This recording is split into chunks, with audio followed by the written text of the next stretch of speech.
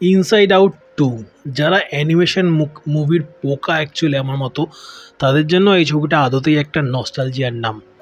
পিট doctor এবং Hayao Miyazaki এই দুটো আলাদা দেশ থেকে কাজ করেন, বাট একই জনরাতে তারা কাজ করেন। অ্যানিমেশন বা অ্যানিম যাই শব্দ দিয়ে আমি সেটাকে অভিহিত করি না কেন, বাট দুজনে তাদের মতো করে লেজেন্ড। এবং কেন তারা লেজেন্ড বারে বারে আমার মনে হয়, বারে বারে আমার জানতে ইচ্ছা করে যে এদের খারাপ কাজ কী কী আছে, কেউ আমায় সাজেস্ট করুন। অবভিয়াসলি আমি দেখতে চাই এরা খারাপ কাজ করলে তার মানটা ঠিক কী হতে পারে, কারণ এদের ভালো কাজের মান আমরা জানি, অলরেডি আমরা জেনে এসছি সেই ছোটোবেলা থেকে।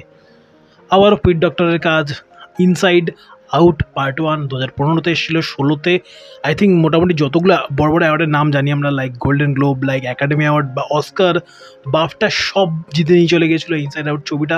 এবং ওই সময় যারা কলেজ যে পরিবার, যারা স্কুলের একদম এই 11-12-এর দিকে যাচ্ছি, তাদের জন্য এই ওয়ার্ল্ড এরকম ইনসাইড আউট বা আপ বা ওয়ালি এই ছবিগুলোই মোস্টলি, বা র্যাটাটুই এই ছবিগুলো তাদের জন্য মোস্টলি এই অ্যানিমেশন বা অ্যানিমের দরজাগুলো খুলে দিয়েছিল। তখন তো কোনো না কোনো ওরকম পাইরেসির মাধ্যমে দেখতে হয়েছিল, কিছু করার ছিল না, কারণ কীভাবে কী হয় কিছু জানতাম না এবং অপশানও ছিল না আই থিঙ্ক।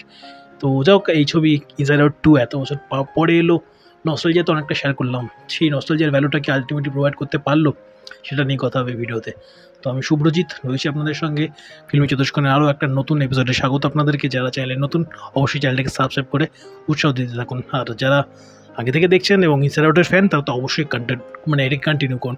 এবং আগেই বলে রাখি, যারা ইনসাইড আউট 1 দেখেনি তারা সত্যি এই ভিডিওটা দেখে লাভ নেই, কারণ একদমই প্রপার কন্টিনিউশন হয়েছে। এর ফার্স্ট পার্টে আমরা কী দেখেছিলাম এত বছর আগে, প্রায় 10 বছর আগের গল্প, 2015।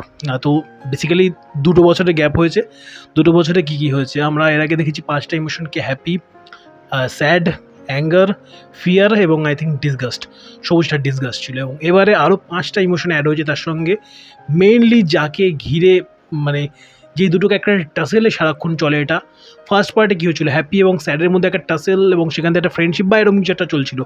এখানে প্রপার টাসেলের একটা জিনিস হয় এবং সেখানে হ্যাপি এবং তার এগেন্সে চলে আসে অ্যাংজাইটি, নতুন ইমোশন। অ্যাংজাইটি রয়েছে, এনভি রয়েছে, দেন আর একটা ক্যারেক্টার ওই সার্কাস্টিক কিছু বিষয় করেছিল, এনুই বা কিছু একটা ইমোশন দিয়ে যেটাকে বোঝাচ্ছিল। আমার কাছে ঠিক এক্সাক্টলি ক্লিয়ার নয় যে ওই ইমোশনটা অ্যাকচুয়ালি কী। আপনাদের যদি জানা থাকে, যারা দেখেছেন অবশ্যই কমেন্ট বক্সে যান। এছাড়া রয়েছে নস্টালজিয়া, রয়েছে আরও একটা ইমোশন, এম্বারাসমেন্ট রয়েছে। তো এরকম আরও 5টা ঢোকে নতুন ইমোশন, এবং সেগুলো কীভাবে পুরোনো 5টা ইমোশনের সঙ্গে জিল আপ করে রাইলিকে একটা নতুন ভার্সন প্রোভাইড করাবার চেষ্টা করে। আদৌ কি সেটা ভালো ভার্সন কি খারাপ ভার্সন সেটা তো আপনাকে ছবিটা দেখে জানতে হবে, বাট একটা নতুন কিছু রাইলি আমরা দেখতে পাই, রাইলির একটা নতুন ভার্সন দেখতে পাই আমরা, এবং সেটা নিয়ে এই ছবি ইনসাইড আউট 2। তো প্রথম হাফটা যেখানে শেষ হয় সেখান থেকে শুরু হয়, এবং এখন আমাদের রাইলি এখন এবং অবশ্যই 13 যে সে শুরু করেছে এবং একটা নতুন স্কুলে সে যাচ্ছে, এবং সেখানে তার হকি টিম, এবং অলরেডি আমরা জানি সেখানে সে কীভাবে কোপ আপ করার চেষ্টা করছে, এবং তার ওই নতুন ইমোশনগুলো কী করে পুরনো ইমোশনগুলোর সঙ্গে কোপ আপ করে একটা নতুন ভার্সন তৈরি করার চেষ্টা, তারই গোটা জার্নিটা দেখছি। তো পজিটিভ। এখন সবথেকে জিনিস এই অ্যানিমেশন ছবিগুলো না, যে নিচের লেয়ারে গল্পটা বলি যায় সেটা কতটা কানেক্টিং হয় আমাদের জন্য, সেটা আসল খেলা থেকে দেয়। তো এখানে আমরা দেখেছিলাম পার্ট 1-এও যে ওই ওপর লেয়ার নিচের লেয়ার একদম সাইমালটেনিয়াসলি চলে। ইনসাইড আউট আমরাও যতটা সিনেমার এই পর্দার মধ্যে দেখছি, ততটা পর্দার বাইরে কতটা কানেক্ট করতে পারছি নিজেদের সঙ্গে, সেই খেলাটা কতটা কী চলে, যতটা না রাইলির ইনসাইড আউট একটা দ্বন্দ্ব চলে। তো ওটা এখানেও হয়, ক্লাইম্যাক্স একটা সিন রয়েছে, রাইলি একটা জায়গাতে বসে থাকে এবং সেখানে বসে তার মধ্যে অ্যাংজাইটি কী লেভেলে ওয়ার্ক করছে, এবং সেখান থেকে একটা ড্রাস্টিক একটা চেঞ্জেস কীভাবে আসে তার লাইফে, কিংবা তার আগে একটা পোর্শন থেকে কীভাবে অ্যাংজাইটি তাকে টোটালি কন্ট্রোল করে নেয়। আমাদের এক্সাম হলে ঢোকা, আমাদের একটা ইন্টারভিউতে বসে থাকা, ওই ঘরে কেউ নেই, ইন্টারভিউ হবে, আপনি জানেন যে এবার রুমে এইচআর ঢুকবে, বা আপনি ঢুকছেন, ওই সময় এইচআর একদম 4-5 জন একটা টিম বসে রয়েছে। ওই সময় যে ফিলটা, বা কাউকে ধরুন প্রপোজ করছেন, কাউকে প্রথমবার দেখা, এই যে ফিলগুলো, এই অ্যাংজাইটি কীরকম মোমেন্টগুলো কী হতে পারে, কী হলে এই জিনিসগুলো যে ভাবনা, ওরকম একটা মোমেন্ট ক্লাইম্যাক্সে তৈরি হয়, এবং সেটা জাস্ট অদ্ভুত সুন্দরভাবে তৈরি করেছে। এছাড়াও প্রচুর মুমেন্ট রয়েছে। ফার্স্ট হাফটা যেরকম স্ট্রাকচারে তৈরি করেছিল, ঠিক সেকেন্ড হাফটাও, ফার্স্ট পার্টটা ঠিক সেকেন্ড পার্টটাও সেরকম এক্স্যাক্ট সেম স্ট্রাকচারে তৈরি করা। ওই কনসোলের পার্ট থেকে ফার্স্ট পার্টে ওটা কিছু একটা করে জয় বেরিয়ে আসে, এবার শুধু জয় বেরোয় না, আরও কিছু ইমোশন বেরোয়। কারা আপনারা দেখে বুঝুন, এবং যারা দেখেছেন অবশ্যই কমেন্ট বক্সে জান কতটুকু কি কানেক্ট করতে পারেন।